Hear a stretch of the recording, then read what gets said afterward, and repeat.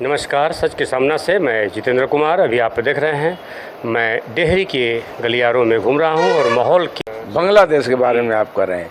यही तो बल्कि हम भी पूछना चाहिए, आपको भी पूछना चाहिए, सारे लोग जानना चाह रहा है कि कहाँ गया सेकुलरिज्म। अब मैं पूछना चाहता हूँ यहाँ के कांग्रेस से, पूछना चाहता हूँ राजद से, पूछना चाहता हूँ समाजवादी के, सबके मुंह में जाब लग गया। आज अगर कहीं एक अल्पसंख्यक के साथ होता है तो सब चिल्लाने लगता है। आज दिन दहाड़े इज्जत लूटा जा रहा है, सामान लूटा जा रहा है, लेकिन सबके मुंह पर जाब लगा हुआ है। आज तो यही हम जानना चाह रहे हैं, पूछना चाह रहे हैं। जो गठबंधन बनाया है ठगबंधन के साथियों ने, जो इंडिया गठबंधन बनाया है, उस लोगों से पूछना चाहता हूँ। लेकिन प्रश्न ये आती है कि कुछ भी हो, सरकार तो आपकी है, कहीं ना कहीं इसमें सवाल तो उठेंगे। सरकार अब एक्शन में आ गई है, वहाँ कमेटी गठन हो गया है और रिपोर्ट आएगा और हम उनकी रक्षा के लिए हर कदम उठाने के लिए हमारी सरकार तैयार होगी। आज देखिए वहाँ के हिंदू भी प्रदर्शन करने लगे एकजुट होकर के, लेकिन इन लोग के मुंह में तो जाब लगा, कोई बोला नहीं। उन लोग, इंडिया भी साथ देगी उन लोग को, और आज से प्रदर्शन चालू हो गया वहाँ। पीएम मोदी जब तक हैं तो जाहिर सी बात है कि जितने भी हमारे हिंदुस्तान के भाई हैं उनको कहीं ना कहीं ये अपने आप को महफूज नज़र आते हैं और उनको लगता है कि नहीं, हमारा कुछ भी होने वाला नहीं है, कहीं ना कहीं कोई है देखने वाला। पीएम तो सनातन धर्म की रक्षा के लिए हमेशा तत्पर रहते हैं, और सनातन धर्म है उन लोग जैसा नहीं है। सनातन धर्म हमेशा कहा है कि वसुदेव कुटुंबकम, पूरे विश्व का कल्याण हो, हमेशा इनका सोच है। और मोदी जी हर लोगों के लिए, बल्कि हिंदू नहीं, आप देखिए अभी जो लड़ाई चल रहा था यूक्रेन में, जा कर के अपने उससे बात भी किए इजराइल से और समझौता कराने का प्रयास है। कोई आगे नहीं आया, लेकिन मुसलमानों के लिए वो मोदी जी सबके रक्षा की काम करते हैं, सबके रक्षा की कामना करते हैं, उसके लिए प्रयास भी करते हैं।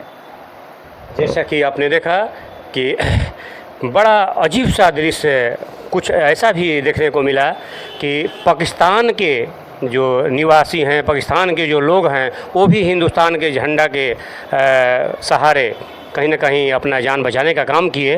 ये बहुत बड़ा अद्भुत नज़ारा दिख रहा था। लेकिन अब एक चीज़, अब लोकल में चूँकि चुनाव आपका करीब है, क्या तैयारी चल रहा है विधानसभा के लिए? अभी हम लोग को बैठक हुआ जिला कार्य समिति का, तो पहला तो काम किए कि मोदी जी को हम लोगों ने नेतृत्व में जो तीसरी बार हेयर ट्रिक मोदी जी ने लगाया, उसके लिए हम लोग मोदी जी को धन्यवाद प्रस्ताव कमेटी की तरफ पास किया कि मोदी जी को धन्यवाद। बल्कि एनडीए की सरकार नहीं, वैसे ऐसे जगह पर उड़ीसा में आज तक हम लोग नहीं थे, लेकिन वहाँ भी मोदी जी के नेतृत्व में सरकार बनने का काम हुआ। केरला जैसे जगह पर 16.5% वोट आया और एक संसद भी जीता। तो इस सब के चलते जो मोदी जी को हम लोग धन्यवाद देते हैं। सबसे बड़ा चीज़ है कि आपका नाम जो है काम के अलावा बेबाकी से बात रखने के लिए भी जाने जाते हैं, और आप काफ़ी चर्चित आज भी कोई यही समझता है कि नहीं, हमारे भले ही पूर्व विधायक हैं लेकिन लगभग सारा काम हमारा आसानी से इजीली यहाँ आने के बाद हो जाएगा। एक चीज़ मैं ये ज़रूर जानना चाहूँगा आपसे कि पिछले चुनावों की अपेक्षा अभी थोड़ा सा मोदी का जलवा कुछ कम हुआ है, क्या कहेंगे?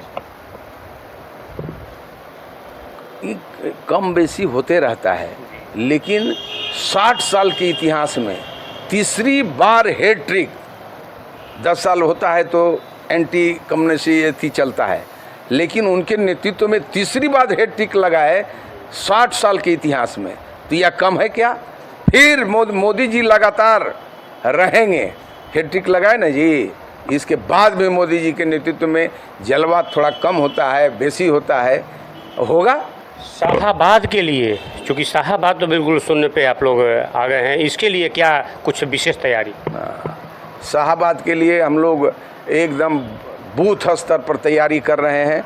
और ऐसा नहीं है, होते रहता है। हम समझते हैं कि आज भी जो एनडीए सरकार है, नीतीश कुमार के नेतृत्व में जो एनडीए सरकार चल रही है, जो पार्लियामेंट के चुनाव में थोड़ा सा ग्राफ कम हुआ, इसके बावजूद एक अपील किया, यही अपील हमने किया कि जिसकी सरकार हो उसका संसद होना चाहिए। मैंने यही कहा था कि अगर लगे कि मोदी जी के नेतृत्व में सरकार अगर बन रही है, जो लग रहा था, तो उपेंद्र जी को वोट दीजिए। और लगे कि लालू जी प्रधानमंत्री अगर बन रहे हैं, तब राजाराम के दीजिए। लेकिन जनता से कहीं ना कहीं चूक हुई। इस आवाज़ को, अब तो कोई संसद नहीं है, फिर भी हमने उठाने का काम किया। डालमिया नगर का मान लिया पुल का मामला हो, चाहे उसका जो डाइवर्सन है उसका मामला हो, चाहे रेलवे के ठहराव का मामला हो, लेकिन अभी तक सुनवाई नहीं हुई। वही अगर हमारा संसद रहता तो फिर उसमें पूछते कि क्यों नहीं हुआ, इसको किया जाए। लेकिन डेरी की जनता का भी अब मन मिजाज क्या है कि अगर सरकार बनेगा एनडीए के तो जिता देगा इंडिया को, और बिहारों में वही करता है। फिर भी डबल इंजन का सरकार है, आपका सरकार है, इसमें कोई लेकिन इसीलिए आप देखिए कि यहाँ डेयरी में एकदम पार्क लगातार बढ़ रहा है। बगल में एक धूप घड़ी पार्क था, उसका भी हमने सेंक्शन करवा रहे हैं कि वहाँ डबल पार्क हो जाए। अभी जितना समस्या हो रही, विधायक नहीं है तो क्या हुआ, डेयरी क्षेत्र का विकास में हम हमेशा तत्पर रहते हैं। अब वहीं बलिगांव में भुइयाँ टोली में लाइन नहीं था, लाइन जोड़वाने का काम किया। तेतरार बाल पर ले जाके सर्वे कराया। हम लगे रहते हैं।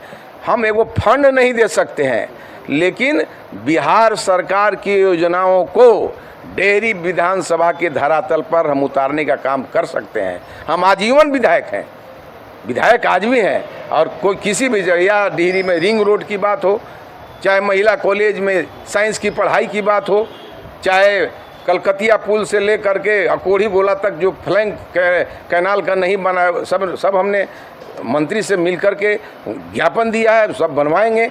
चाहे आपको इंदरपुरी से ले करके हदहदवा पुल तक जर्जर है, छोड़ के ठेकेदार भाग गया है, इसको भी मैंने सिंचाई मंत्री को देने का काम किया। हम काम में लगे रहते हैं। हम आज भी डेयरी की जनता की सेवा में लगे रहते हैं। जिस तरह के नाम है डेहरी का, अब ये कहा जाए कि रोहतास ज़िला में डेहरी को अगर निकाल दिया जाए तो कुछ बचेगा ही नहीं, इतना ये फेमस है।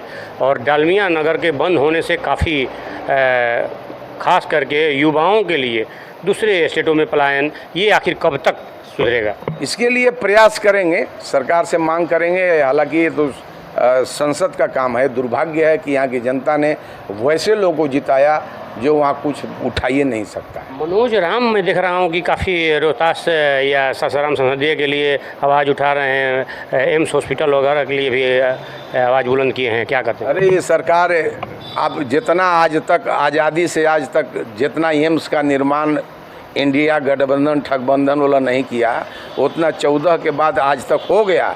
अब एम्स का उठाएंगे कोची, एम्स हम लोग खुलवाएंगे, है ना। ये बिहार सरकार तत्पर है, भारत की सरकार तत्पर है, वो काम होगा।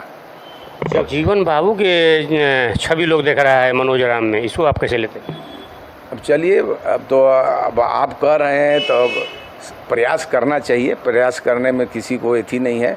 अगर अच्छा नेक काम वाले दिनों में एनडीए की सरकार बनेगी, और हम लोग का तैयारी है कि 2025 में जो चुनाव होगा तो 225 सीट जीत करके मोदी जी के और नीतीश जी के हाथ को हम लोग मजबूत करने का काम करेंगे। ये तैयारी चल रही है। डाउन सा दिख रहा है, इसमें कहीं डैमेज होने का कोई खतरा? अच्छा, दूसरा कोई नहीं तो दिखाई दे रहा है? जलवा डाउन हुआ तब वो तो 175 सीट हम लोग जीते, लेकिन उस जलवा को भारतीय जनता पार्टी तेज करेगा कि 225 हो जाए। धन्यवाद। जैसा कि आपने देखा, हालांकि सच्चाई है, पीएम मोदी और नीतीश कुमार का जलवा है। खास करके नीतीश कुमार विकास पुरुष के नाम से जाने जाते हैं, तो इसमें कहीं ना कहीं उम्मीद भी रखना लाजमी है। देखते हैं आने वाले समय में क्या कुछ हो पाता है। सच के सामने से मैं जितेंद्र कुमार, धन्यवाद।